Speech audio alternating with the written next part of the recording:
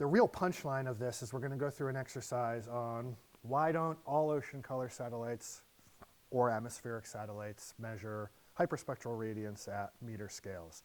And the build up to this is going to be some design choices that folks have to make, with a focus on the design choices that we had to make as well.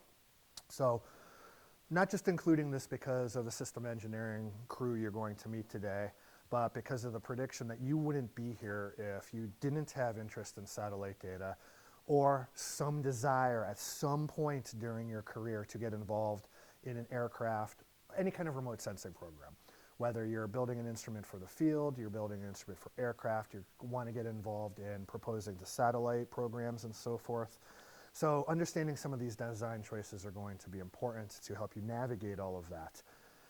As we discussed yesterday, we highly encourage that you participate in science definition teams. This is a great way to get involved in all aspects of a program in general, whether you're talking about a field program, aircraft program, or satellite program. These are the defining moments where you start to get to make a contribution to what will, in 10 years, become something real that you can participate in. I mean, please, I hope we beat into your head. Panels are important yesterday. And then, of course, writing proposals.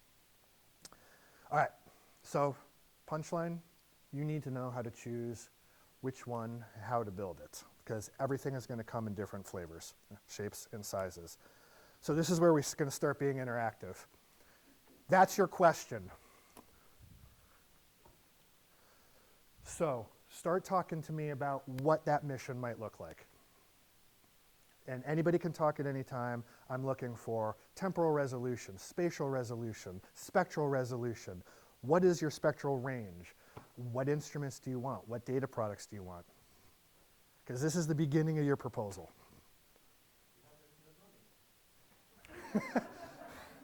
Well, let's save budget for last, because I think that's the fun punchline. Because I promise you, you're going to build a $3 billion mission in this exercise.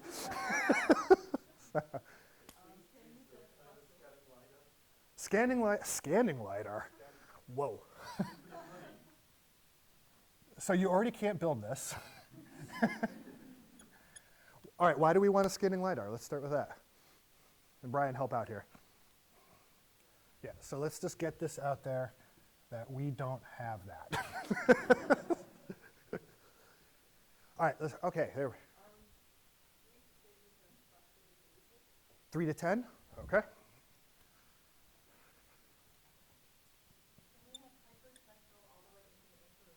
Where do you want to start? All right.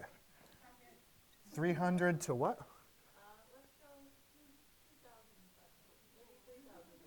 3,000, like 30 micro. Oh boy. Sure.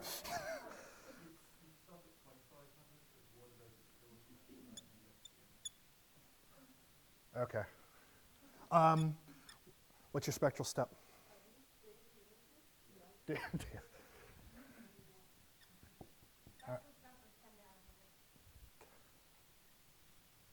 Okay. Thermal?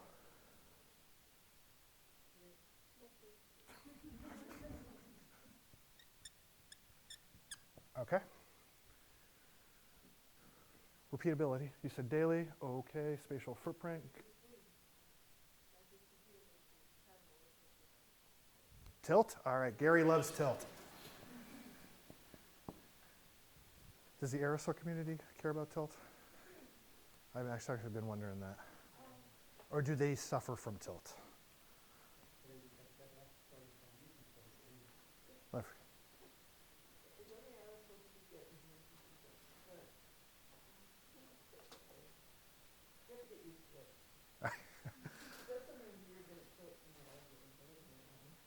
All right, what kind of performance do you want?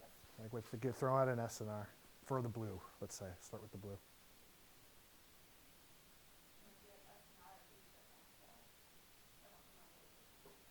Oh, you can do better than that. Well, I know. Landsat is maybe 200. Okay.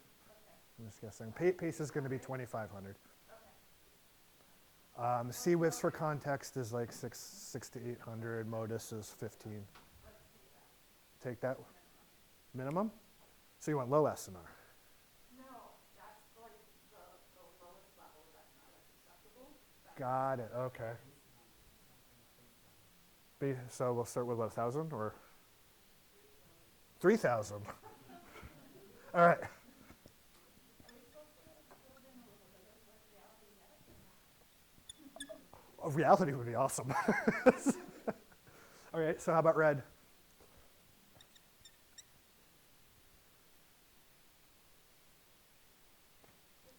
800, 1,000, 200. It's okay if you don't know this. Well, that's true, yeah. So what are you looking for when you're doing these things? What kind of data products are you looking for? Chlorophyll, all right. We have IQ strong right now from about 600 to 800 millimeters for chlorophyll fluorescence. Okay. Don't you want something that can dissolve in pigments so you can actually do pigmentation faster? Can you do pig? Chlorophyll, then you have everything, but you want to pick out harmful other things. Right. Can you do? We want really high quality IRS stuff though. Okay. Can you do pigments with this spectral resolution? Okay. So you want to revisit that number?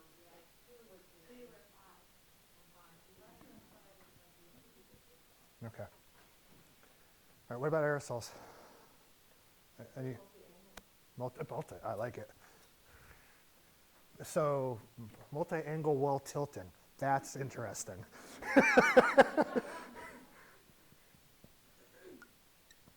Okay. Yeah, you can. All right, so we'll put you out of your misery here. You can't afford this, first of all, and technology will prohibit a bunch of that too. So, I mean, the performance, you're describing a lot of what we went through with PACE, which is great. Obviously not thermal bands, but for example, we don't actually, we're not using spectrographs that actually run at 10 nanometer resolution all the way in the shortwave infrared. This trade is going to be really, really hard. This trade is going to be really, really hard. So let me show you what I predicted. You're going to want to, I mean, we didn't really get into data products, but the prediction is you want everything, right?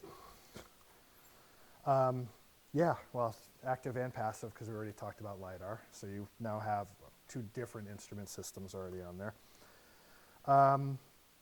Yeah, did I get that one right? Yeah, UV to SWIR plus thermal. Spectral resolution, hyperspectral. Spatial footprint, smaller the better, 10 meters. Repeatability, daily. Oh, global, we didn't get to daily. It means global in a sense. Not, when you're talking about a Landsat system, it's like 16 days repeatability. So it's not really a daily mission. High SNRs, no artifacts. We didn't talk about temporal stability, but presumably you're looking for trends and changes, and so you don't want your instrument changing with time. And so the punchline is that, and this is also building to an exercise we're going to have you do later in the week. You can't have this. You don't have the budget, especially with the scanning LiDAR.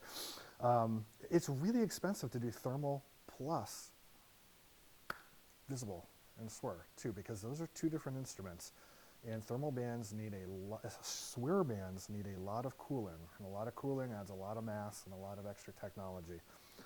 And as we were talking about, certain aspects of the design are in conflict. And so you end up making compromises. So what you can't do, which we'll talk about a little later, is have really, really teeny tiny footprints from a single instrument and daily global resolution. And this is why instruments like Landsat aren't global. They would be if they could be, but you can't. You have a trade. You're a photon limited system, and there just aren't enough photons in the system to be doing these kinds of things. And we'll talk about that a little later. This is a problem in the sense of they compete with each other for power. They compete with each other for resources. With infinite money, you can absolutely do this. You might even consider doing it in constellation. None of this is impossible with infinite money, but you will come up against some technology barriers which will influence costs and risks and so forth. So like we were never going to be something that had thermal bands, despite the fact cloud isn't our acronym. To save money, you might even cut off SWIR. I know that's a horrible thing, but at the same time, depending on what your science question are, if you didn't have that dealing with the aerosol problem, and you had some kind of amazing turbid water correction for atmospheric correction, maybe you can do it, but again, everything here adds costs. Spectral resolution competes with signal to noise because you're a photon limited system. You can imagine having a diode which has a bandwidth of, say, 10 to 15 nanometers and all the photons that might collect versus a spectrograph with a teeny tiny spectral resolution and maybe a 5 nanometer bandwidth. It's just not going to get as many photons there. And photons are what drive SNR. So there you go. All right. So that is basically the problem you're going to have no matter what it is you're building. So I'm going to pause for a second because I have two instrument builders in the room that know way more about this than I. Is there anything you'd like to add to that? And no pressure.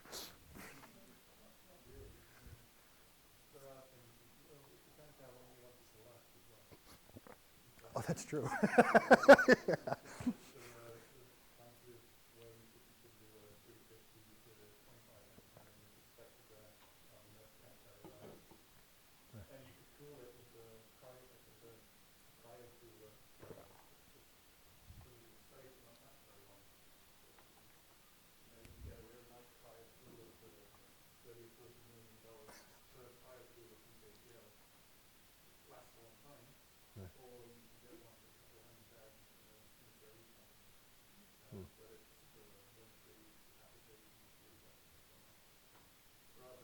Yeah. All right. Okay, let's move on then.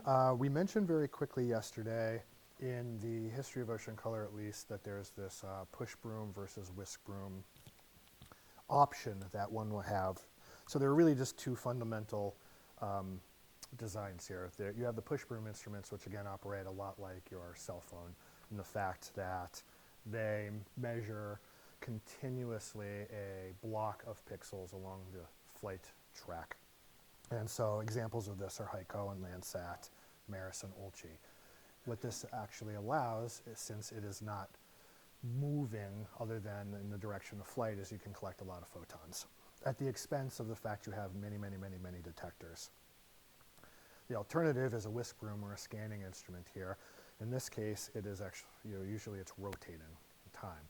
So there is, say, 2/3 of the entire spin where this instrument is not looking at Earth. And since it is not stationary in the direction of flight, it has less time to collect photons. CWIS was that single science pixel. OCI will be like that as well. And MODIS and VIIRS had multiple science pixels that were actually spinning as well. Well, I mean, one's a rotating mirror, but still, yeah, it's the same principle. Bless you. We did this yesterday, but just a reminder again, you do have options whether you're flying geostationary or LEO, low Earth orbit, LEO.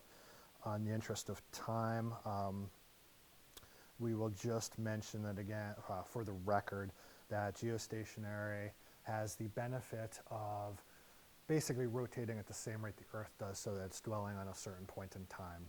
It's like 36,000 kilometer altitude, so you have the challenge of the field of view reaching Earth being small. There's a lot of pointing issues that you would have to deal with. Most of these instruments are a kilometer or more. The newer ones like Glimmer are trying to get down to 300 meters, but again, you have that issue of pointing control. The benefit of GEO is the fact that you learn a lot about the temporal variability of any particular area. Then you have low Earth orbit. These are polar orbiters. In principle, you can have elliptical orbits, but nevertheless, the idea is that they're rotating around the Earth. So in this case, you have, let's say, 14.5 orbits in a day.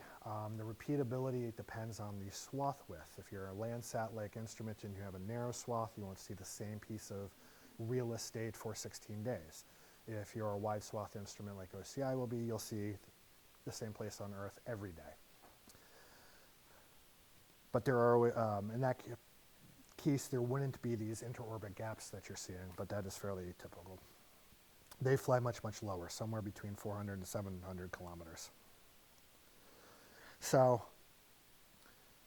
despite those design choices, there are still a lot of differences in how missions are designed and instruments are implemented on missions in terms of what their capabilities are. And so this is a Landsat image from the east coast of Australia that illustrates a lot of the different features where your instrument might behave well or behave poorly depending on how it was actually designed. And so some of the features to point out here are just going around that, you know, you have a very, very dark ocean relative to the coastline and relative to land, which are substantially brighter.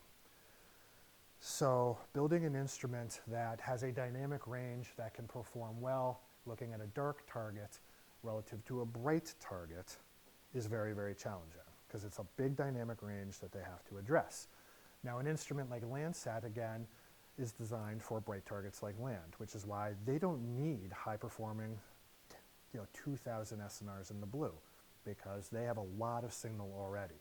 But if you're trying to do phytoplankton research, for example, and you're looking out here, well, in that case, you need a high signal-to-noise ratio because you're just not getting a lot of light into the system. So, okay, you might be searching for different things. So in this case, you have different algal groups. You can see little filaments of trichodesmian here too. They're going to be different than what you might find along the coastline. So this gets into two different design choices. First, you have your spectral range. So like we were looking at very quickly yesterday, different phytoplankton absorb differently across the visible spectrum. If you don't have wavelengths in the right places, you're not going to be able to distinguish them. Yes? Sure. Yeah, signal to noise, I'm sorry, yeah.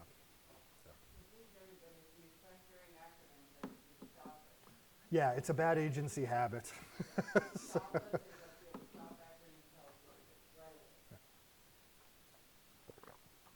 The other thing that might get in your way if you're trying to find little filamentous things like this is that if your spatial footprint is larger than the feature you're looking for, it'll look smeared and it'll get convoluted with signals from surrounding water and so forth.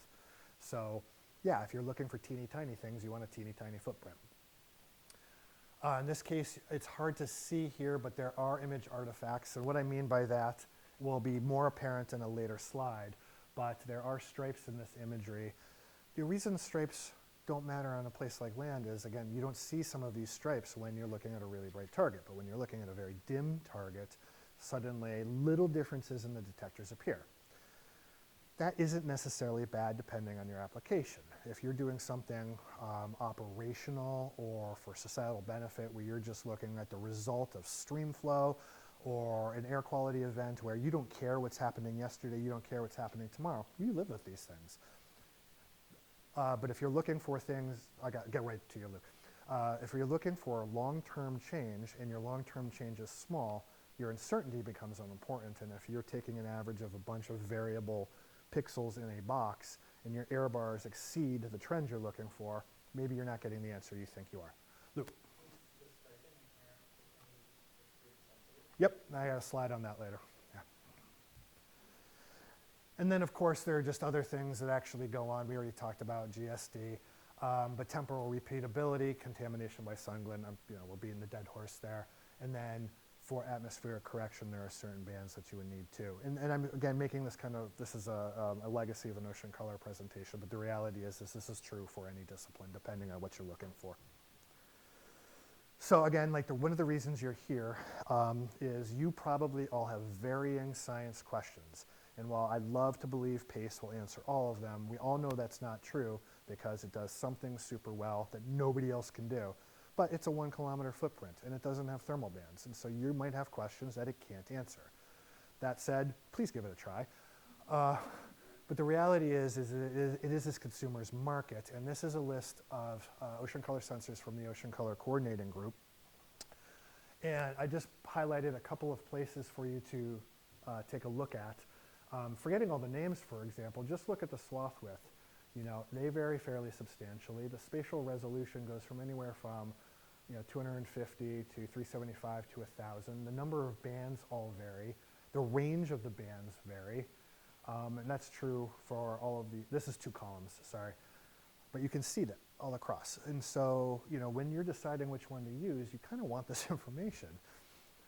And they all perform differently. Tables like this don't encompass what the SNRs are or what the calibration happens to be. Some of these instruments, the calibration isn't well documented, and so you might not know. And a lot of times you'll find yourself doing the square peg round hole thing. And that's actually pretty awesome because with some of these instruments that are designed for other purpose, like Calliope, not designed for ocean retrievals, and some absolutely brilliant papers showing that this can be used for ocean retrievals. So we're not saying not do this, we're just saying you have to be really conscientious about it. So you choose us. All right, so I'm going to just walk you through the PACE experience and so you kind of understand the evolution of the design choices that we had to make here. And I mentioned the science definition team report yesterday, and so we basically started with those threshold science questions and we distilled them really down into 4 major objectives. And they're not anything that you might not expect here, but we want to extend our cloud and aerosol and oceanographic climate data records. Just keep doing what the other missions are doing with the idea of being able to have some continuity despite the fact we're not a continuity mission per se. But then do what they can't do. So for global ocean color, you're talking about getting down into carbon cycle and ocean ecosystem questions that we can't answer with our heritage instruments. Continue to do cloud and aerosol properties and then exploit all the things about from OCI that you can't do with other missions. I mean, we don't have thermal bands, but we have 2 2-micron bands and nobody else has that. And they're the 2 2-micron bands that match MODIS for one band and match VIIRS with the other band, and you can do some very interesting things with that. And then one of my favorite parts of the mission, and I think the others in the front row would disagree, is it's one of the first science teams NASA assembled where we have just been thrown in the same room with varying communities saying, work on this together, stop being in your own little places, and that's been super rewarding. Okay, so we sit on the shoulders of all the giants in front of us, CWIS, MODIS, VIIRS, and whatever, and then we reveal all of the things that are difficult that can't be accomplished with them. So we want to answer these science questions and objectives, but we know with what we have right now, we can't do all of it. So here are 2 images that illustrate all the things I think are really hard in ocean color and aerosol and cloud remote sensing. This is the north coast of Libya. You have competing algal groups with widely varying spectral signatures, very dark land, ocean compared to bright land. There are image stripes that you can see through here. If you're looking for these phytoplankton, it doesn't matter, but if you're looking for a time series, it will. There's sun glint pervasive through here, so you can see the northern part of the Arabian Sea, you can't see the southern part. And there are absorbing aerosols, which make atmospheric correction a real nightmare here. There's also a lot of dust coming off there. And so if you right now look at a time series from CWIS or MODIS in the Arabian Sea, you actually don't see July. There is no July because you can't get a credible retrieval in that month. Over here is north coast of Libya. In this case, you have 2 dust plumes coming off. If I understand the imagery correctly, when you look at the AOD product that's out right now, you see 1 plume. So you're not telling these 2 apart perfectly. And that's because of varied things, but what makes this hard is there's varied contrasts over land versus over ocean. These have different optical properties. You have clouds over the dust plume. You have aerosols in the mix. You have aerosols above the dust plume. So there's a lot of really challenging things going on here. So what do? Well, you design mission capabilities around all of these things. We need to be at least a kilometer footprint or better to continue our climate data record. If you want to get to different algal groups, you need a spectral range of UV to near infrared with, like you pointed out, 5 nanometers or so spectral steps. If you really want to get good at some of these things, try to get down into the ultraviolet. To do any of this work, you need shortwave infrared bands. You want to avoid sun glint, you have to tilt your instrument. You want to address image striping, dynamic range in brightness or contrast. You have to assign performance requirements to all of this. Going back to long-term climate data records, you need to have lunar calibration, which we'll talk about on Friday. You also need to have daily solar calibrations. Everything I'm saying here costs money, by the way. And then, of course, to do any of these things really, really well, you need multi-angle polar imagery. And remember, we weren't required to have that. So that became part of our design program as well. But nevertheless, we did it. At least we think we did it. You've seen this a couple of times now, but we have the ocean color instrument with the exception of polarimetry, pretty much does all of those things. It's a hyperspectral scanning radiometer, so we're going to get a single science pixel. We have a spectral range that actually runs from 320 all the way to 890. This is in parentheses because it's not actually a requirement for us to do, but the spectrographs extend that far. What that means for you is we will be hyper well calibrated from here to here. We will shine light on detectors here and you get what you get. But there are probably interesting things that can be done. Say, for example, calculate a rudimentary ozone concentration, which you need for a lot of different things. Right now, we take ozone from a different source. So the benefit of this is actually if we can calculate ozone at some spatial resolution, even if we have to aggregate pixels, is that better than pulling in an ancillary data source from NOAA or some modeling group? Because at least it's same day, same instrument, same everything. We're 5 nanometer resolution, which means we have a 5 nanometer bandwidth, but instead of 5 nanometer steps, we're 2.5 nanometer steps. And this is a really interesting design choice because the actual fundamental step across the instrument, and Eric will talk about this a little later, is 0.625 nanometers. And so you can aggregate that up. If you did 8 of those, you would get to 5 nanometers. You do 4 of those, you get to 2.5, but it's configurable on the fly. The reason we don't do everything at 0.625 is the signal's just not strong enough to be meaningful. Now, no matter what that step is, it's still a 5 nanometer resolution. But this is an interesting feature. You'll learn about it later. We have our SWIR bands, global coverage, 1 kilometer pixel, we tilt, and yada, yada, yada. The important thing to note is that the huge heavy lift in all of this was really the instrument calibration. And we'll talk more about that later. And that has been the royal pain in the butt for all of our project friends in the back of the room. Okay, so we're going to go through a couple of design choices here. I'm not going to talk about atmospheric correction because you'll get a fair amount of that tomorrow morning. But we'll go through the trade studies on sun glint, image artifact, spatial resolution, and then have a quick discussion on using the data conscientiously. So, okay, this is what sun glint looks like in terms of data availability. And this is a modeling study. So imagine an orbit, you know, whether it doesn't matter whether it's coming descending or ascending. If you have an instrument like MODIS or VIIRS that does not tilt but looks straight down at nadir, anything you see in the blue there is contamination in ocean color by sun glint, and it is unavailable for use. If you tilt the instrument 20 degrees fore and aft, that oval collapses to this. Now, you can't ever avoid sun glint entirely. You can't instantaneously switch directions or do anything. There's always some losses, but nevertheless, you're compressing the size of the place where you're losing data. And you can see this with CWIFs. So this is same-day imagery. They had different orbits, which is why they're oriented different. But you have CWIFs glint loss here and MODIS glint loss there to get a real-world view of how different the sizes of this loss actually is. This is an interesting feature. That is actually where the instrument is tilting. And with CWIFs, it didn't have the performance requirements that actually allowed useful data collection through the tilt. We're optimistic that that will not be the case for OCI. We have no requirement to be great there, but we have really super engineers that are making it pretty great. Oh, yes?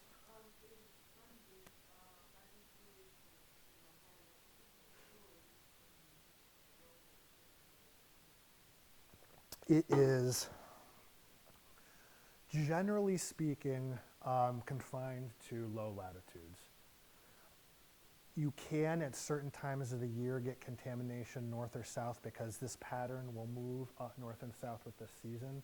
So there's always a little something there, but it is far less of a problem if you're at a higher latitude, since the sun's just kind of staying between the tropics. Oh. What other problems do we have, Pingwong? I saw a hand up in the back, sorry. Oh, no, it's a problem to the high latitude cloud. Definitely clouds, yeah. Geometry. Yes? I have a question about the tilt. When you're going along this slope, does it tilt like north to south? Or Awesome question. Okay. is it based on the position in? Yep, position of the sun. So if this is the sun, and I'm in ascending orbit, I am looking behind me, sorry, ascending means from the South Pole to the North Pole. I'm looking behind me so that I don't actually look into the field of view of the sun, because the sunlight's going to be reflected, like you're looking at an airplane and the sun's at that side. You're just basically looking into the reflection off of Earth, whatever you're looking at. So I'm looking behind me. When I get to the subsolar point, I tilt forward, and then I continue to the North Pole. Okay. So, but you have some choices there, which is what this is. So that's an excellent lead-in question, thank you. Am I tilting 5 degrees, 10 degrees, 15 degrees, 20 degrees, 40 degrees, whatever? And then how fast can I actually make that transition? I mean, in a perfect world, I'm doing it instantaneously because I would lose less data that way. But we're a 300 kilogram instrument, so it's upwards of 700 pounds, with a rotating telescope spinning in the direction of flight, perpendicular to the direction of flight. So there's a lot of different forces working against each other there.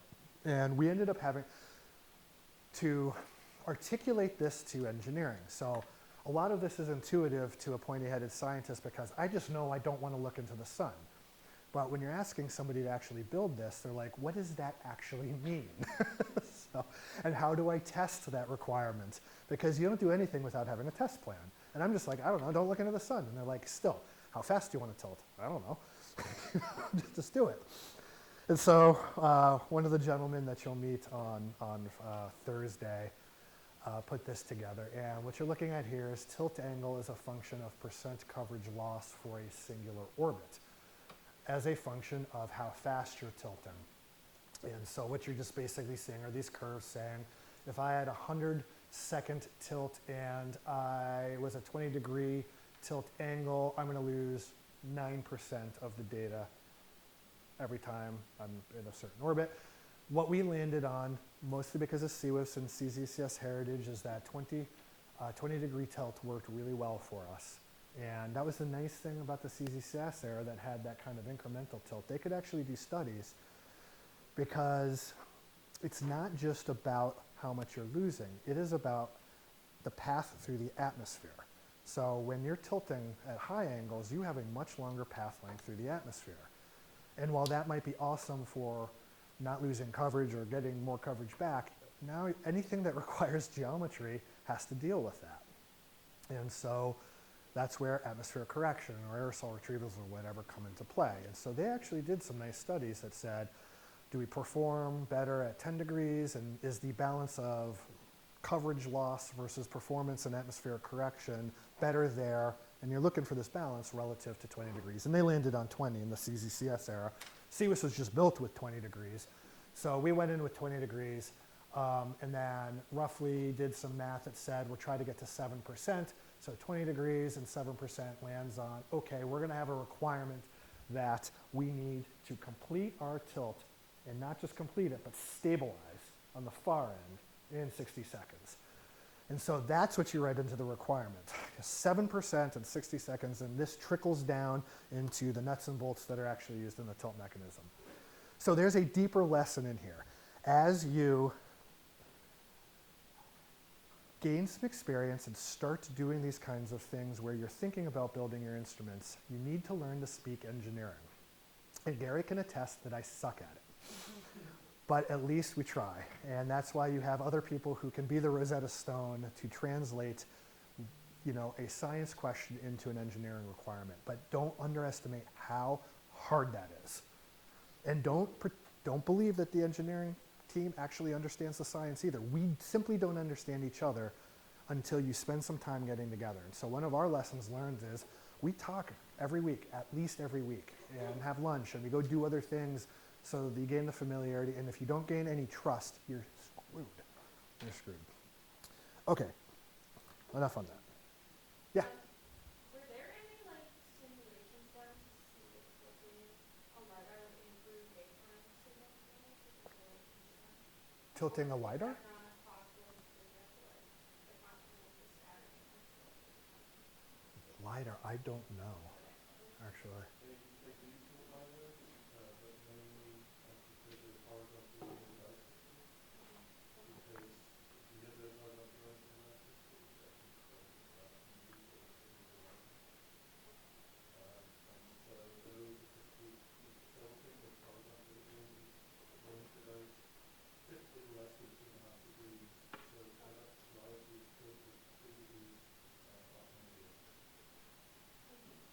That's a cool question.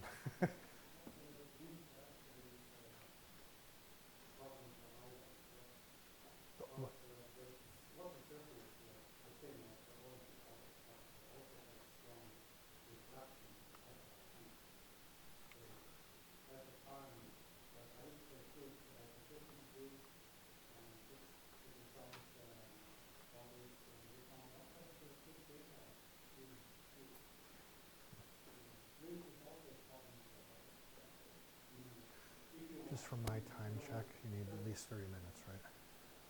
Because I want to get you, I make sure you're in the. This is just a tabulated version of this. What we did here was run a number of simulations for a passive tilt like OCI and compared tilt change time with percent data loss. We did this specifically for the solstices and equinoxes, and what you're seeing here is for summer solstice. And that's just to put the position of the sun somewhere. So this is the latitude range of where you would be impacted, the area loss. And I just wanted to point out that I threw out that number, 17 million kilometers of loss every 2 days yesterday, and it came from this kind of study. And you need this when you go to reviews and you have a bunch of experts in the room whose job it is to support but also constructively criticize everything you're doing, because you're investing $1 billion in this mission, you want to do something well. And so this is the kind of work you would have to do in your career to actually nail down numerically how an engineering design choice translates into something that can be a successful scientific retrieval. So think about these things when you're proposing too, because these kinds of analysis would be critical to support the choices that you actually made. Okay, so instrument artifacts and design. This is going to get to a little bit better the striping issue we were talking about. This is a spectacular paper by Xuan Min Hu, 10 years old now, where he found a patch of Earth where Maris, which is a push broom with multiple science detectors, and CWIS, if you know, rotating telescope, one science detector, saw the same piece of real estate at roughly the same time. And you'll notice a couple of things here. One, the pixels are bigger here than they are in here. Okay, so we didn't call them for Maris. But look at the image quality here. All of the speckling comes from the fact it's a push broom instrument. You also see this seam here too. Most push broom instruments are single cameras that don't span very wide swaths. So if you want to make an instrument like Maris, which is in principle a wide swath instrument, you have multiple cameras. And so in this case, they have 6, I believe, looking, at different angles. But now you have multiple detectors and multiple cameras. So you have very different instrument systems. And for many, many science questions, totally legit.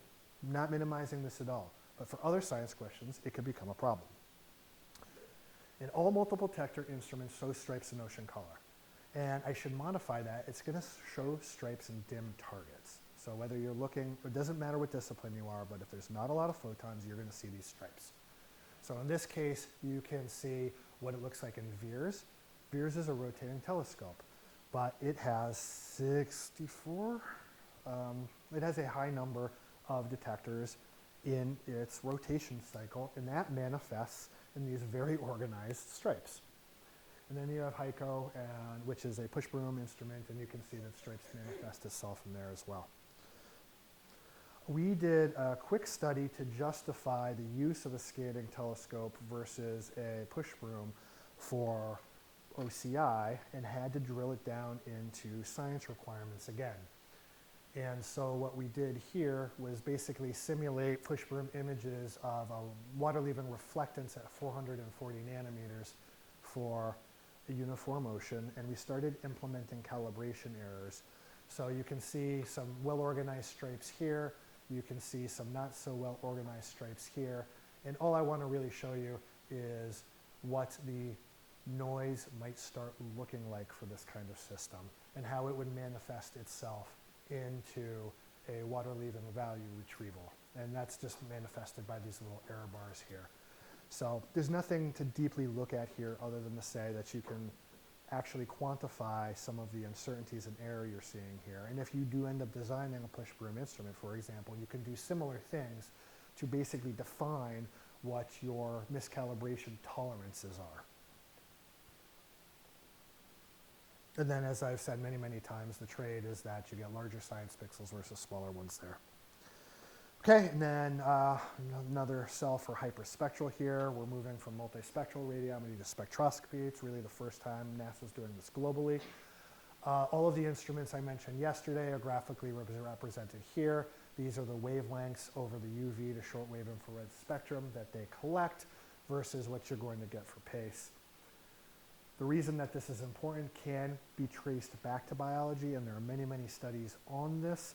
The case study that we've been using, because it was near and dear to my heart at a time, is the case of the Northern Arabian Sea, where we know there is a substantially significant community shift in phytoplankton species there over the past 2 decades. And it is fundamentally over a long time based on a diatom system. And the diatom system is what you might imagine, where it's productive, you have zooplankton and fish and other things eating it. What's happened as the biogeochemistry of the system has changed and oxygen concentrations have become much, much, much lower is a heterotrophic dinoflagellate called Noctiluca has come in and started out competing it. And it's a much bigger cell. It has a symbiont inside it that allows it to photosynthesize, but it also can eat other cells. And it is completely changing the ecosystem. Fish don't eat it, turtles do. So how do we detect this with time? Because this is a problem, but you can't go back in time to collect data to a place you've never been. It's a tough place to go and sample from anyway for a lot of logistical reasons.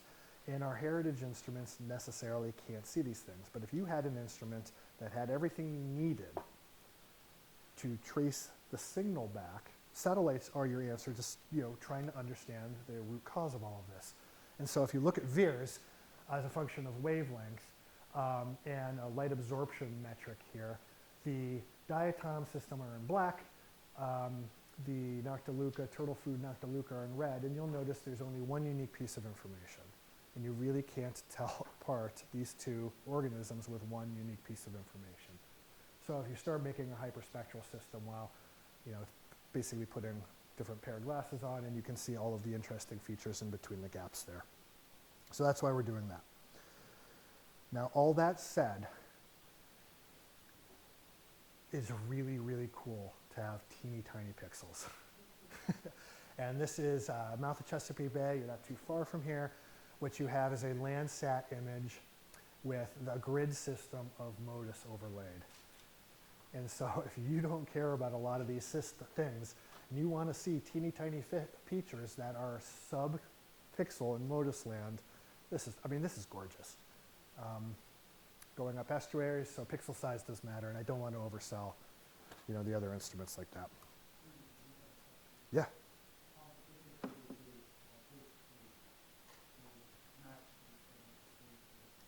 Well, it'll match the big grids. It is not going to match the small grids. We did this study a long time ago to try to see if we could get down to 500 meters, which still doesn't get you anywhere near to the 30 or 100, whatever it is. It will be illustrated in the next section of this talk. The design choices made it too difficult. Read speeds off of the detectors, we would have had to change a lot of the instrument design, fields of view, possibly change, raise or lower the orbit. Rotation rates would have changed. It was a lot of read speed, wasn't it? Yeah. So it was a technological limitation of actually pulling information off the detectors. Yeah. So I showed you an example yesterday of tropones and Google satellite. And I find that sort of interesting because you have global daily coverage of trigonometric quite long resolution. And you use that to target small and really target to find hotspots of methane around Europe. So you use those together to experience orbits. You're not going to get there with global coverage at 5 meter resolution. And note also with a wide swath instrument, your pixel size at nadir is different than your pixel size off nadir. Just because generally, I imagine shining out, if this were a flashlight, how the beam would stretch as I got off to the sides. I would have been If I, to 300. It would have not been as hard, but we couldn't get effectively to 500 without breaking the system. So, Was that money and tech together, or mostly tech and then not his? money, tech is money. Well, okay. When you said technological, Yeah, to me that means like it just doesn't work. it doesn't work or it's not flight qualified. Even with enough money. Yeah, Is that a difference? We do this way, right? You reduce one dimension by 100. Right. So you reduce the area by a factor of 9, Mm-hmm. and you then have to spin 2 times faster by a factor of 9, so you've lost relative time scale. Right. So you reduce the system by a factor of 10 Oh, yeah. and you created something that looks like a little aircraft kind of take off. that's awesome. There are some neat things OCI can do that Eric will talk about where in one dimension we can actually compress pixel size to something smaller, but I will leave that to him. Just wetting your whistle for the fact that you can do things like that. All right, we won't go through this in nauseating detail, but just to point out that design choices aren't the only thing you need to be conscientious about. How you actually touch the data is going to make a difference. And this will make a little bit more sense when we talk about data processing on Thursday. But horizontal, temporal, and vertical resolution are all things that you need to consider. So back to the Northern Arabian Sea. This is a level 2 image, which means it's in its native 1 kilometer format, noting that, again, not every pixel is exactly 1 kilometer. And this is a Noctiluca feature that I studied a long time ago. There are a lot of reasons whether you need to fill gaps or you want to do longer term time series, whatever it might be, where you're not going to want to work in level 2 space. You're going to want to go to level 3. And what that means is you take the native resolution and you start doing averaging with other imagery. And that could be temporal averaging, where you're taking plus or minus a couple of days for every pixel. It could be spatial averaging, where you're trying to fill in gaps and you're going from a 1 kilometer bin to a 9 kilometer bin. And there are really, really good reasons to do that. And if you're doing things globally, you're not going to be working at level 2 anyway. But anytime you do any of that manipulation, you are changing your answer just a little bit. And when we do a quick data processing lab, you will be able to see that. You'll see how the numbers change. But it's important, it's not saying it's wrong that the numbers change, but it's important that you know they are changing. And so in this case, we're just going to do some spatial averaging. If you take the original 1 kilometer image, you bin it to 2 kilometers or 4 kilometers or 9 kilometers, note how the dilution of the feature is changing. Again, not good or bad, but this, if you're doing some kind of study with this versus this, you will get a different answer. Same is true if you start doing temporal averaging. Now I can tell you in a place like that, you're only probably getting 5 to 10 images over the time period we're studying. But if you go to a 3-day average versus a 2-week average to a monthly average, and a lot of people work on monthly averages, again, the feature is entirely diluted.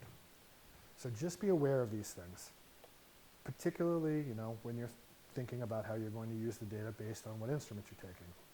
And then we don't need to really belabor this, but for those of you who are vertically inclined in the ocean, just understand that what the satellite sees is not the surface, not something at deep, not something in between, well, but really something in between, and it typically has an optical weighting.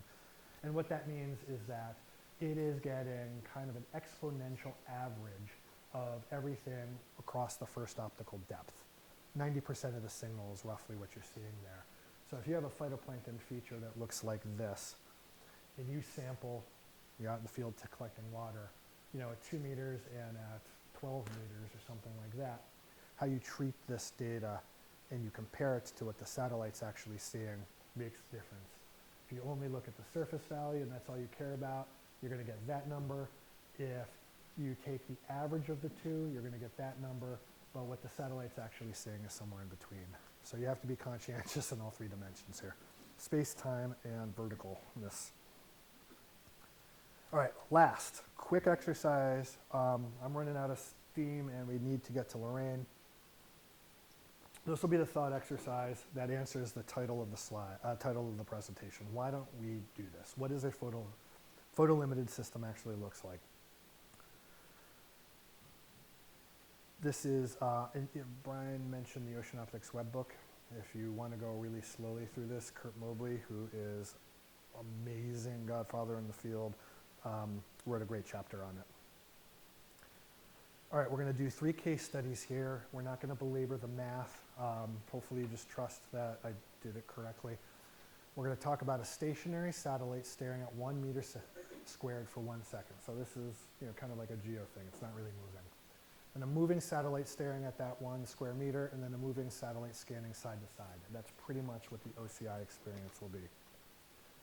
What I want you to learn is how many photons will actually leave that space on the ocean surface, how many photons will reach the satellite detector, and how many photons you actually need to collect to have a useful signal-to-noise ratio. This is for your reference when you look back on it later. Just a graph of the satellite viewing geometry that goes into these equations and these calculations. All right, so we're going to consider a satellite with the following characteristics. We're going to be effectively looking at a fluorescence band, a chlorophyll fluorescence band, which is one of the driving requirements for a mission like PACE. And so we've defined its optical efficiency, its quantum efficiency, the view angle, 20 degrees, and some instrument characteristics, some orbital characteristics, and then of course you have the bandwidth, so a 10 nanometer bandwidth around a fluorescence region here. So we've defined the typical top of atmosphere radiance. This would go into, say, a mathematical design requirements that defines the performance over a dynamic range. And what we really, really want, because we want to look at a very small fluorescence signal, is an SNR of 2000.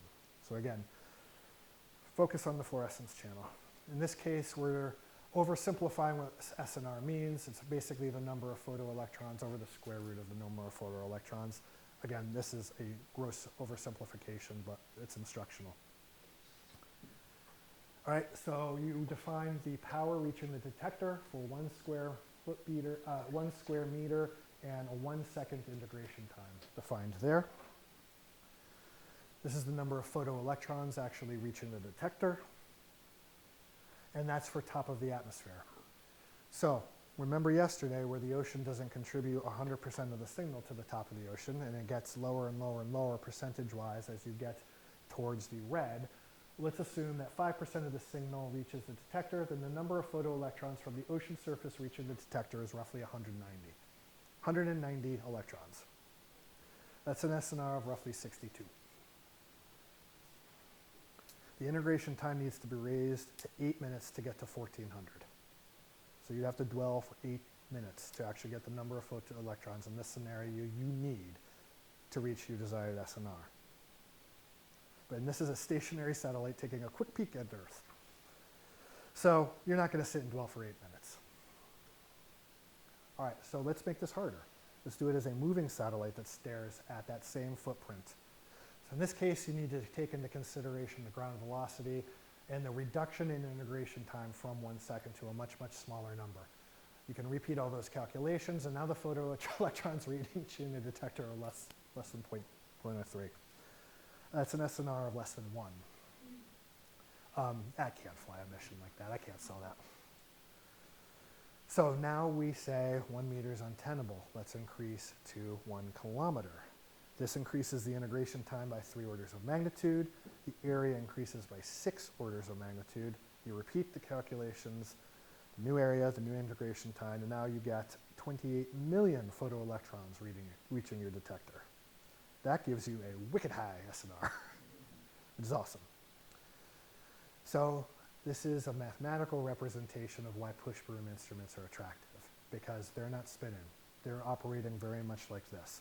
So if you want to actually reduce from 1 kilometer down to 250 pixels, which is a factor of 16, then you would actually have an SNR that's almost 3,000 here. So yay, push brooms. Now we have an OCI-like instrument. So this is scanning from side to side. And this is again to point out that we're only viewing Earth roughly here. There is no meaningful Earth data collection when you're looking away from the planet. So this is a scanning instrument like CWIS and PACE. Now you have to consider your instantaneous field of view, pixel size and altitude come into that calculation, swath width of 2 2 radians here translates to roughly 1,400 pixels. So it's seeing 1,400 pixels during its journey through the Earth view. That translates into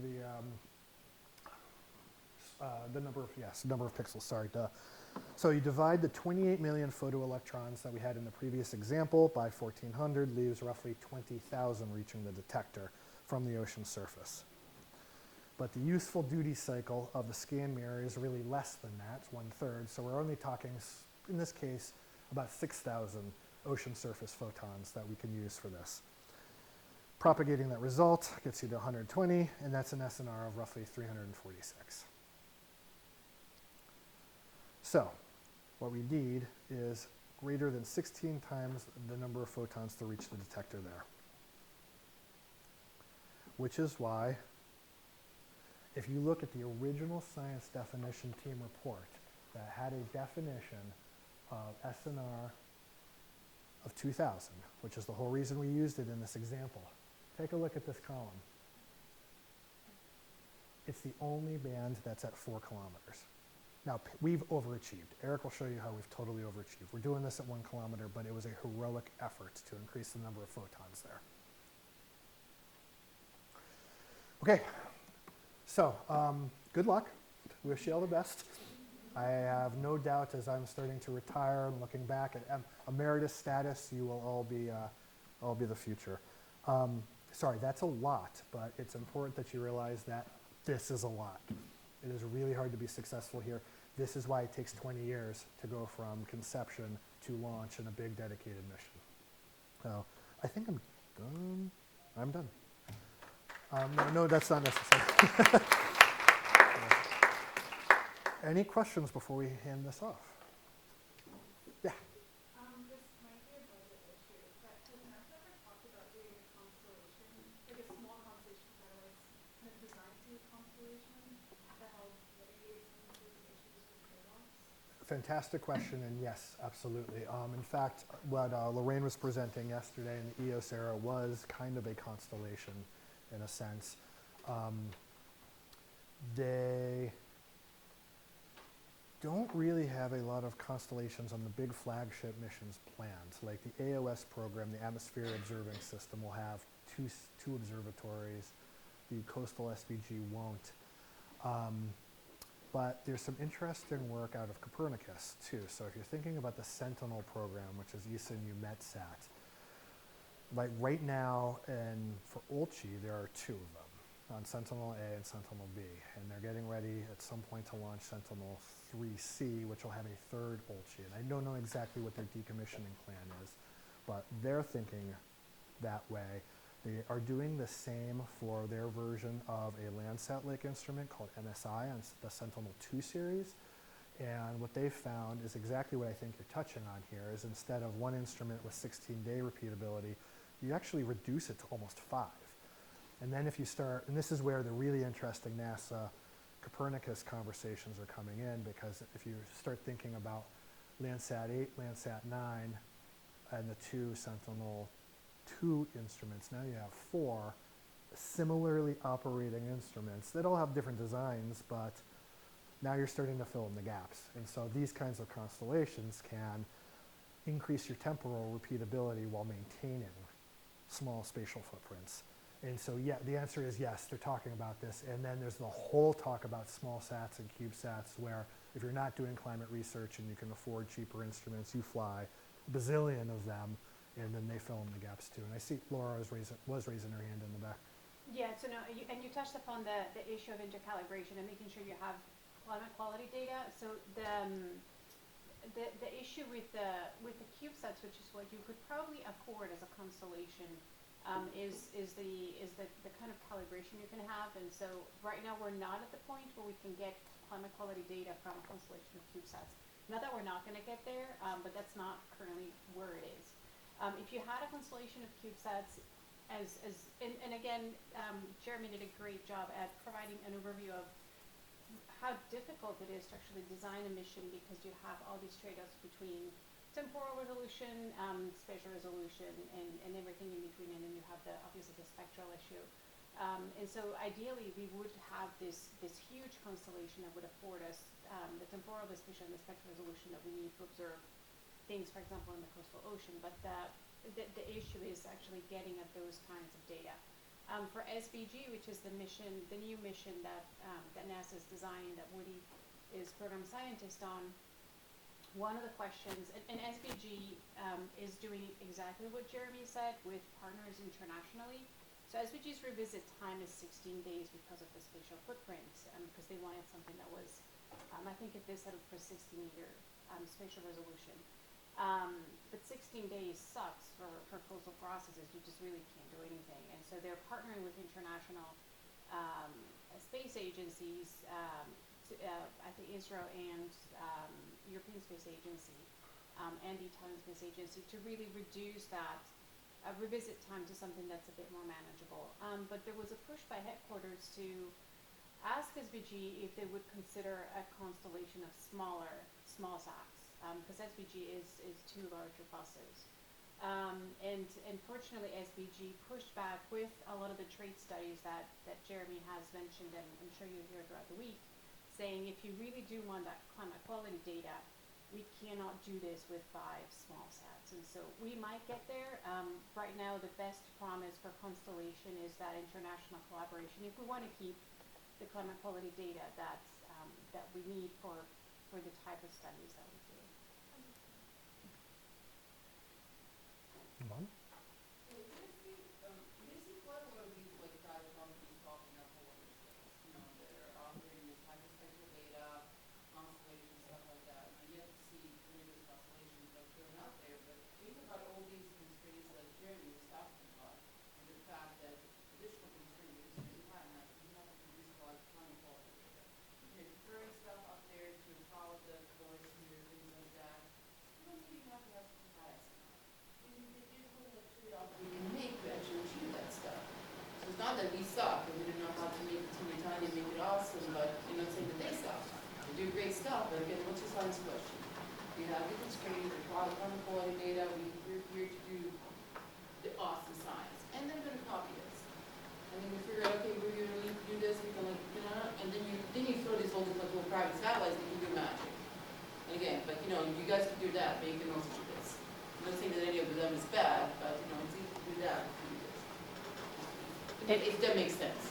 Ivona's point is, sorry, it's critical because we talk about climate quality data, but maybe you got to know what your question is, and then find the best tools. And sometimes NASA's doing a lot of commercial data buy with smaller with commercial data, which have the CubeSat. So those data might not be useful for some of the applications some people in this room want to tackle, but for example, for sargassum monitoring, they're great.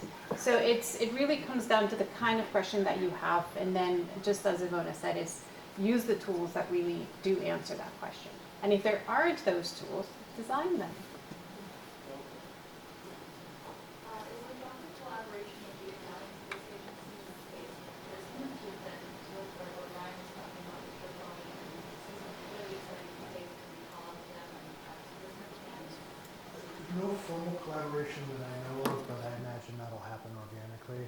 That is actively going on with SVG and PACE, in the sense that one of the working groups that we have, they are, so SVG will collect, I forget whether, let's say 30-meter resolution, but it'll be along the coastline. And then when there's no land in sight, it's going to default to 1 kilometer, for whatever reason. At least that's where it stands today. But there's a lot of talk about, at least from the aquatic sciences group, saying, well, can we have a science justification to turn on the finer spatial sampling at certain times? You know, an example would be do it over the calibration site, Marinette and Moby and all of those. But we're also talking about, are there tactical places where SVG and PACE will see the same piece of real estate roughly at the same time? They have different orbits, so it's not easy to do that, it'll be limited.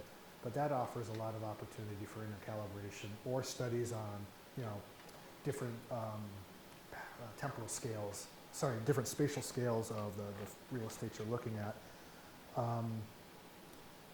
in principle, we would also try to do that over interesting places. So, you know, in the Arabian Sea example, it would be the northeastern monsoon. You're always Atlantic. The other organizations we talk to, but in terms of like a formality of it, you know, we subscribe to them, they subscribe to us, and we talk to the ISCCG and other places like that. And there is some informal collaboration where we have, like, say, partners on our science team that are also working with those organizations, and then they try to merge algorithms or approaches. In many cases, we will try to implement the read routines for something like Prisma into our data processing system, which is a little bit of a can of worms because you don't really, our system is very conscientious about all the calibrations, and that information is not always available. Sometimes it is, but anyway. Yes, the answer is yes, with the exception of no formal bilateral agreements. But so, before I leave, just flipping this on its head a little bit, I keep saying a consumer's market where you need to choose. The reality is that we're in a time where a lot of the niches are getting filled, and that's exciting. And so you have choices in really small scale, Landsat, MSI type instrumentation, and then you can, which have their purpose, but you have small footprints, and then you have the medium resolution instruments that are doing their own things, and they have different science questions. I mean, Olchi and Maris, you know, they're not looking to be perfect climate instruments. They're looking to be really highly useful application instruments, operational work. PACE fills a completely different niche. There is no other instrument any agency is planning to do one-day global coverage of oceans and aerosols at hyperspectral resolution, and we're the first out of the gate in many, many years with multi-angle polar imaging, which sets the tone for AOS and 3MI and METOP and all of that. So you could think of this, rather than I don't know how to choose, as holy crap, I have this dynamic spectrum of things that do stuff from small super scale to big time climate record scales. And there's no reason for you to ever believe that a fleet of CubeSats can answer climate science questions. They can't. There are too many different instruments flying at too many different times with too short of a lifespan. But they do amazing things if you're into research of a particular part of operations, watershed management, air quality. If you want to do climate data records, you need a mission like PACE. That's why it's there. It's not trying to compete with the others, it's trying to fill a gap. Think of it as a gap. I don't know how well I articulated that, but anyway, I'm done. Anyway, job Leonard. So, I'm not giving the next talk, but I am going to meet the physics building manager at Temporal. So I may leave during the next talk. And so before I go, I want to make sure we get organized. We're going to go over to physics in groups 10, 12, 15, 4 groups. Raise your hand if you are a UMBC physics grad student.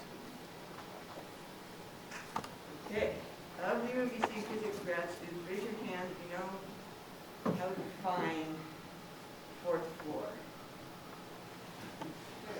Okay. We have the designations, right? And are any of you know how to find roof access from the fourth floor? Do you know how?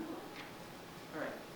So what we're going to do, I think what we're going to do is you're going to take the first group, and you're just going to stay there and forget about the third floor. Just go straight up to the lab and show them the clean room and the instrument and all that. And just get it.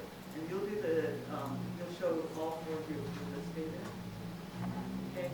So someone will be the tour guide with Noah, who will take your group to the 4th floor lab, and then take the group to the room. And I need 3 people, 3 group leaders besides Noah. So Rachel, you want to be number 2?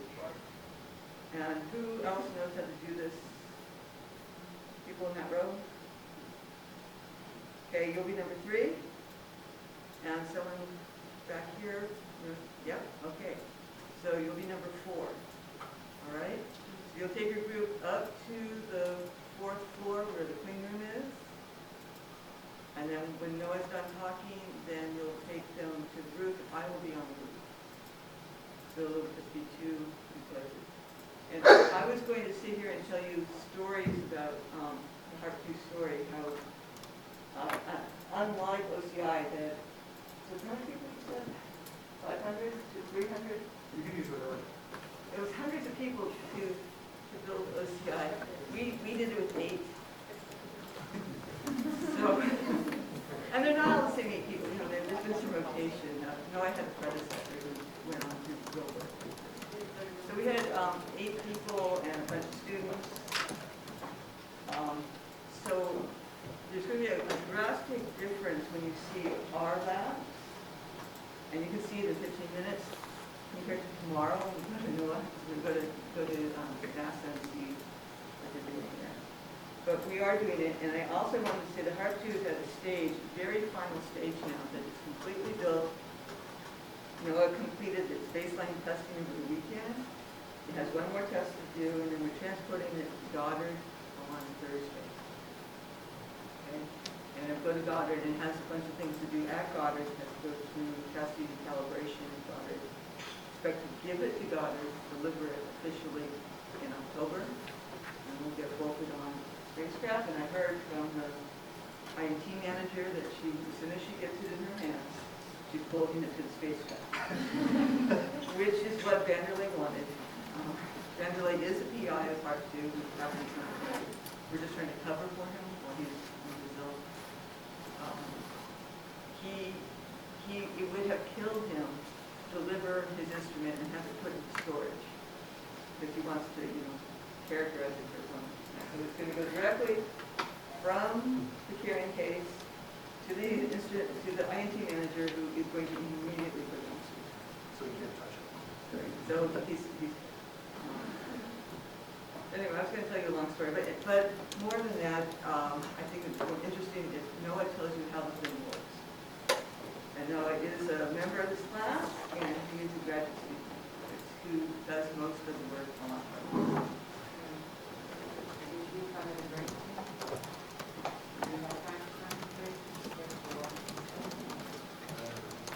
Well, I have to be at 10 pounds.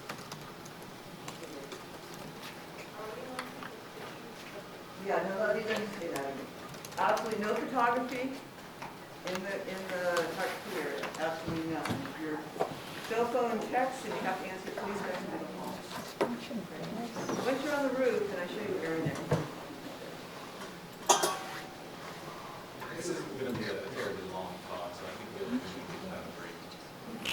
But yeah, my name is Noah Sienkiewicz. I am one of the Harp Cube instrument scientists, grad student with the Family Marketing Group. I'm on today on Harp Cube works. So, quick overview. We want to talk about the inner workings. What are the different pieces that go into the harp that we have to manhandle and test, the actual form and size. I'll talk about how we composite the image data. Harp is a push from polarimeter. Stands for hyperangular rainbow polarimeter. And I'll show you how we do that in the data stuff. And then I'll talk about a little bit of our data results in our campaign. We had an airborne instrument as well as a small cubesat. And Sorry, can I get the microphone on here? oh, okay.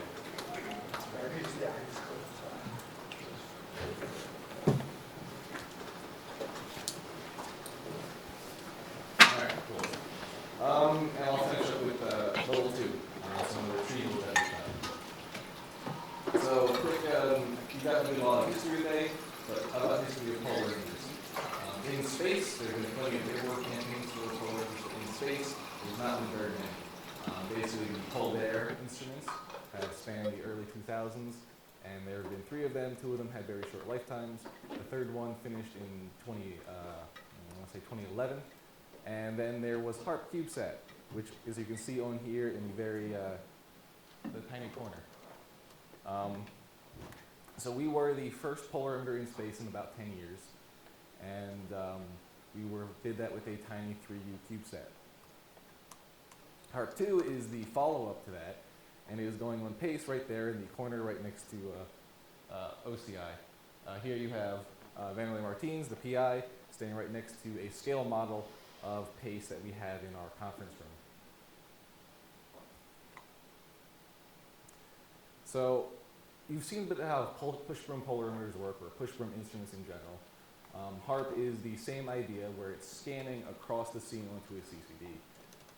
This was supposed to be an animation, but I can see that it got broken while transferring it. Basically, Harp has a very wide field of view. We have up to 114 degrees, from forward to backward in the along track direction, and 90 degrees going into cross track. And as the aircraft or the satellite would fly across the scene, we would get these stripes across the CCD at these very wide field of views, up to, again, plus 50, basically to minus 50 over here, and we would scan across the scene. This animation would be showing, if it was working, how that can help you avoid things like sun glint, which we talked about as well. What does an actual picture look like? So here are some very high resolution pictures from the Cubesat. Normally we bin these down a little bit, but we took a few calibration test pictures here.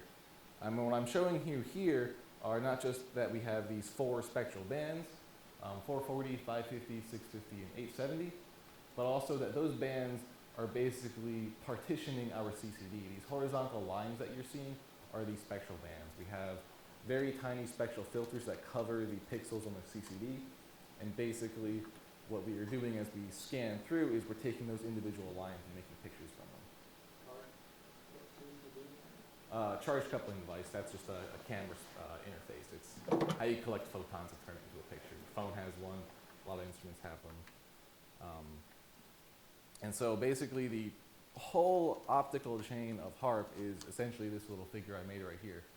Light comes in from a lens, it hits our prism, which I'll talk about a little bit more later. The outputs from that prism, there's 3 of them, will hit a linear polarizer, and then they hit the stripe filter onto the CCD. And we also have the ability, which we use during Harp Cubesat, and we'll most likely use during Harp 2 quite a bit as well, to selectively choose which lines we are retaining. So we have up to 60 lines in the red channel. That's our hyperangular channel. We use that for cloud bow measurements. Measurements of the droplet sizes in clouds need very high resolution. But for aerosols, we don't need that many angles.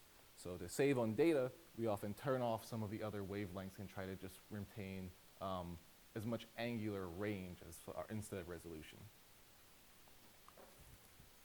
So this animation is actually working, and this gives you an idea of how the process works, right?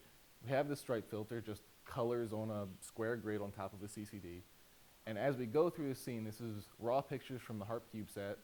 As it goes across the ground, we will take, say, right here, the middle red stripe, the nadir red stripe, and across maybe 600 images or so, 700 images, we will sort of concatenate them on top of each other to make a picture. And that's how we will scan through the scene. So here is one over, I believe, Iran, building up slowly over time for the Cubesat, where we did, again, about 600 to 700 images, a 6-minute capture. So here is an example of why we need that hyperangular channel, and again, an example of how you sort of scan across the scene. So as your instrument comes across, you see a target from the very front forward directions.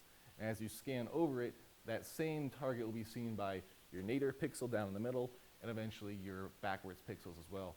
And that's how we sort of scan the 3D shape of that target and see it from very many different angles. This is a result of a polarimetric cloud bow done by Brent McBride, which shows that that's why you need that hyperangular sensitivity. He was able to do that across a whole scene, and another fellow grad student with me, Anand, was able to show from the Air Harp instrument in AcePol that you could use the data as well to do aerosol retrievals. So we have smoke here over the Grand Canyon. Using, again, all the information coming out of Harp, he was able to retrieve AOD in this very, spatial distribution map here. And this is a result from a single pixel to show you how well we're fitting with the forward radiative transfer model that we're using. So let's talk polarization. How does Harp measure polarization? I talked earlier about the prism. So to measure polarization, you know that we need to have measurements of different states of polarization, right? Vertical, horizontal, and 45. That's how we do it in Harp. And we do that by splitting the light using basically a beam splitter. The prism, if you shine light on the incoming interface, it will shine 3 separate images simultaneously from each of the prism faces, 1, 2, and 3. Light comes in, we do some reflections, some splitting here and there, and also we have coatings on the prism that control the binding and control the refractive indices such that we preserve polarization coming out of each port. Each port has a designated polarization that it is preserving, and then we filter out any extraneous leftover polarization with a polarizer that then goes at the output port before the CCD. So I'm showing you a test setup here we had with a different calibration camera we have in the lab, that if you take a polarizer and you rotate it in front of these, you get this sort of pattern of polarization, right? As the thing rotates, you'll see vertical, 45, horizontal, and then negative 45, and going around like that. What do we have to do to calibrate Harp, right? This is something we talked about with CubeSats. You can build them fairly cheaply, but can you make them functional? And Harp has gone through a lot of different iterations on its calibration, but vaguely this is the overview that we have. The general form of calibration is something like this. We have 3 detectors. We combine them in a way to produce polarization. This is the ideal scenario from the math, how you combine those 3 vertical, horizontal, diagonal into the Stokes parameters. And then we have calibration coefficient for radiometry. But there's more to it than that. When we solve for this matrix, we also have to account for several other things. You have to subtract the dark signal of your CCD. That's basically a little bit of noise that comes from quantum and thermal fluctuations. We have a flat field. So the flat field is how we sort of solve this problem of the CCD having a bunch of basically different detectors, right? Like we were saying in the last talk, if you have a single pixel, then you know how that works. But when you have 2,000 by 2,000 of them, each of them functions a little bit differently. The flat field is our attempt to normalize the behavior across the field of view. And that's something we have to test in the lab and then produce as an auxiliary file that goes into this. There are regions where, as you near saturation, a CCD has nonlinear behavior. And so we have to correct for that as well. And finally, we have to do the signal response function. What are the width of our bands? And all these things will go into together to produce this final simple calibration equation. But all this stuff can take a lot of time and a lot of effort. And we're doing several things to try and improve this for Harp 2 that I'll talk about as well. But first, let's go over the different kinds of Harp that are out there. We have Air Harp. Air Harp flew on ACE-POL as well as one other campaign. ACE-POL was a NASA campaign over California, Nevada, Arizona. We flew over several targets here, including several smoke targets. And we were able to get good level 2 retrievals for this, about 30 meters ground resolution at nadir. And that data is available online, already released for you. Here's an example from Air Harp where we were looking at an ocean scene. And we were able to fit a forward model, a radiative transfer model, and show that not just the I signal, but the Q and the U and this degree of linear polarization were able to basically get the aerosol properties. And in the case of ocean color, we could have done atmospheric correction in this case. Now, Harp Cubesat.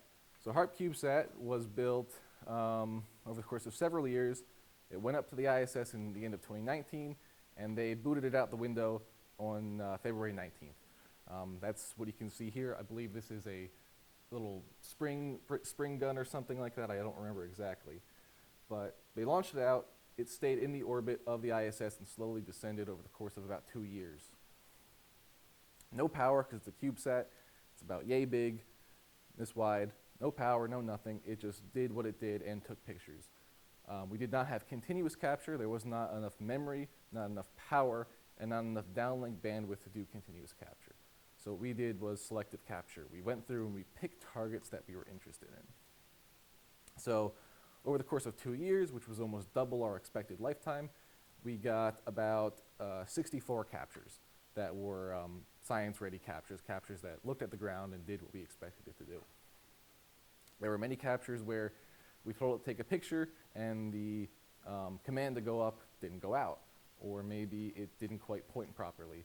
And these are some of the things you get with a smaller CubeSat, where it was cheaper, it was built quicker, and so we didn't get as many captures as we may have would have liked.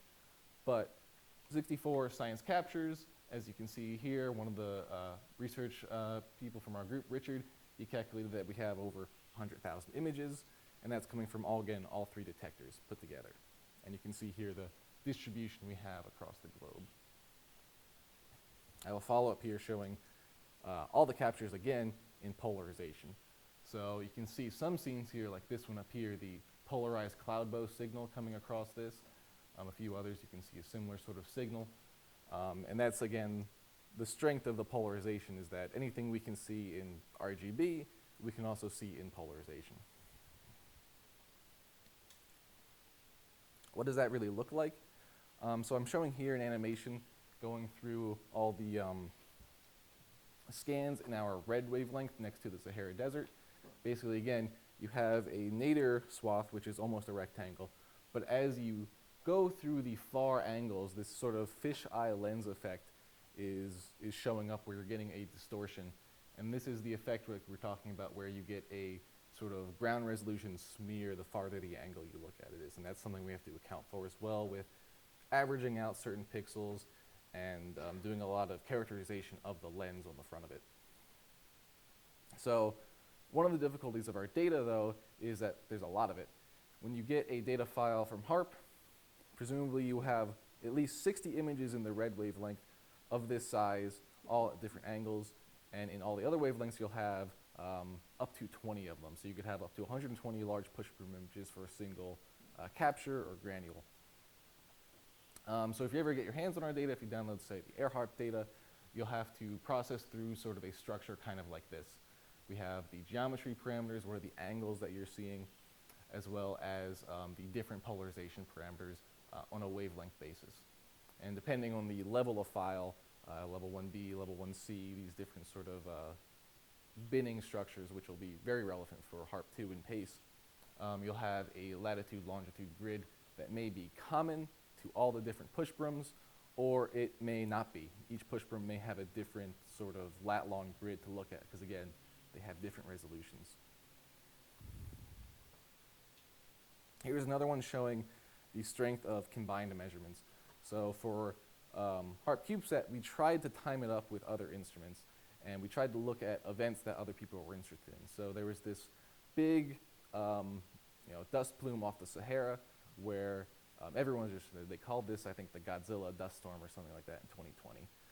We were able to capture a part of it, and you can see now that other instruments, Sentinel, were able to as well. And what you really want to leverage with these things is, again, what we're getting from PACE, where you have different kinds of data coming all together all at the same time, right?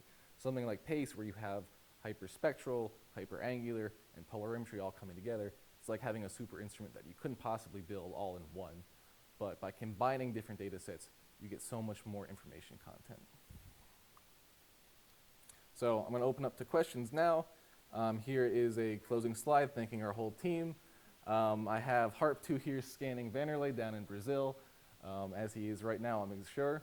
And I'd like to thank everybody in our group, everybody from the science team and the engineering team that made Harp 2 possible. Again, very small team bringing this thing together and sending it out to space.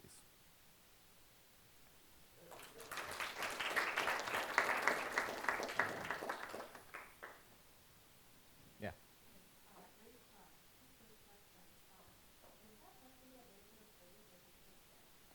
Harp data, yes.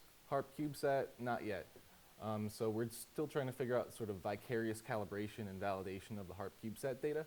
So keep an eye out for that. But the Harp data, if you just Google ACE-Pol, NASA ACE-Pol, there is a data archive for not just Harp, but every instrument that was on there, including specs, polar LiDAR, I believe, the cloud LiDAR, I believe it was.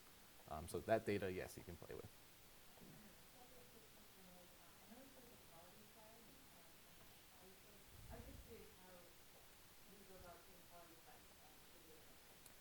So quality flag for us is often things like, again, we have 2000 by 2000 pixels. Some of those are hot pixels. They've got damaged by cosmic rays, or just they came flawed when we put it in and there's nothing we could do about it. So we may have to mask those pixels. And such things like the flat field. The flat field is, again, trying to normalize all those pixels, and sometimes we see artifacts in that. And that's one of the things that we're trying to remove that signal, but when we can't, then we say, okay, this pixel's not too trustworthy.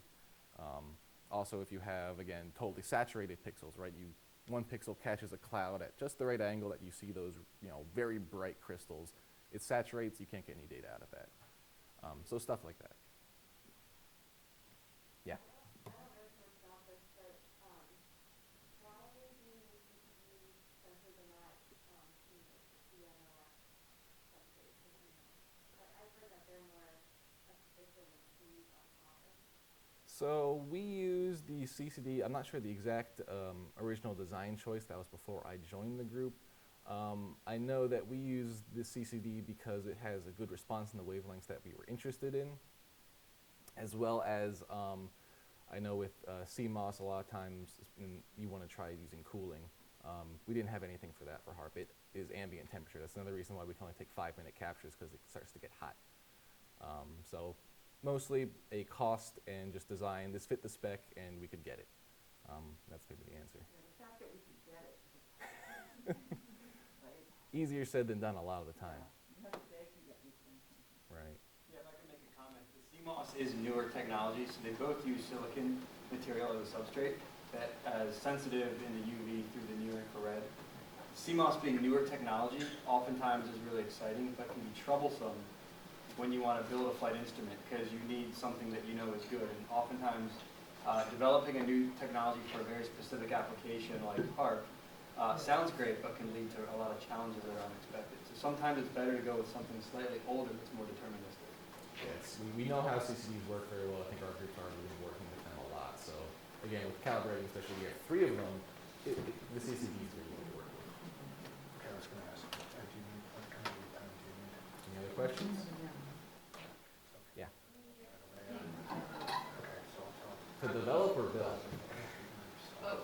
Develop, we mainly came up with the idea probably a decade or more ago. I had to talk to our name well before my time. To build it, to get all the parts, to do all the testing, probably about 2 years for Harp Cubesat. For Harp 2, we started building it towards the end of last year, and then we actually had to do a rebuild this year. So with press for time, we could put all the parts together in the course of a month or 2, and then maybe another month or 2 for testing. But the design phase, the thing that allows us to do that, was having built Harp Cubesat. Again, that took years comparatively, and having your Harp. So once you know what you're doing, turnaround will be fine if you want to build like a dozen of these. But if you had to build them from scratch, it was long. You showed the prism you used to separate the image out into 3 different images. I think the next step is to filter it through a linear polarizer. Then they get recombined onto the spectrograph, right? I'm just wondering what taking those 3 images on they're in different places, how do you get them all back to the spectrograph?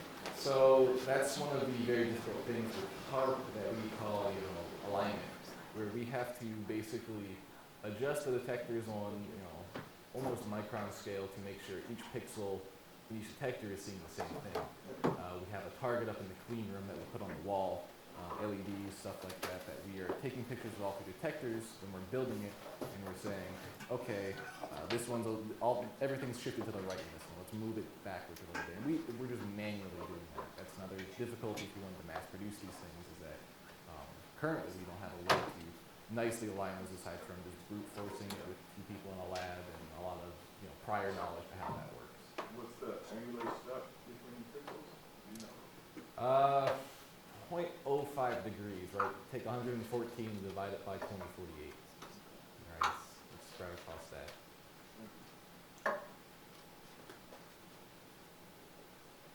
Anyone else? Okay. Thanks. That was awesome. Yeah, we're good to go.